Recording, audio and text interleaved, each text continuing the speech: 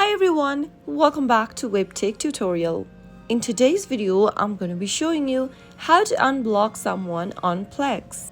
If you're looking for a way to unblock a blocked friend on Plex account, then it's pretty simple. Simply open your Plex application and also make sure that you're logged in to your account. After you're in the main homepage of Plex, go ahead and tap on the menu button at the top left-hand corner. Now, go ahead and tap on your profile picture at the top left. From your profile page, go ahead and tap on the Request button right next to Edit Profile. Tap on the Manage button under Discover and you'll be able to see all of your blocked accounts list on this page. If you want to unblock a certain person, simply tap on Unblock right next to their name and in the pop-up, tap on Unblock one more time.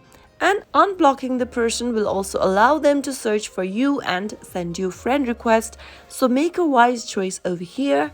To confirm unblocking the person, tap on Unblock and you will be able to unblock someone on your Plex account. So that is how it can be easily done. If you found the video to be helpful, go ahead and give us a thumbs up. Don't forget to subscribe to our channel by hitting the subscribe button. Also press the bell icon so that you'll never miss another upcoming upload from us. I'll see you again in the next video.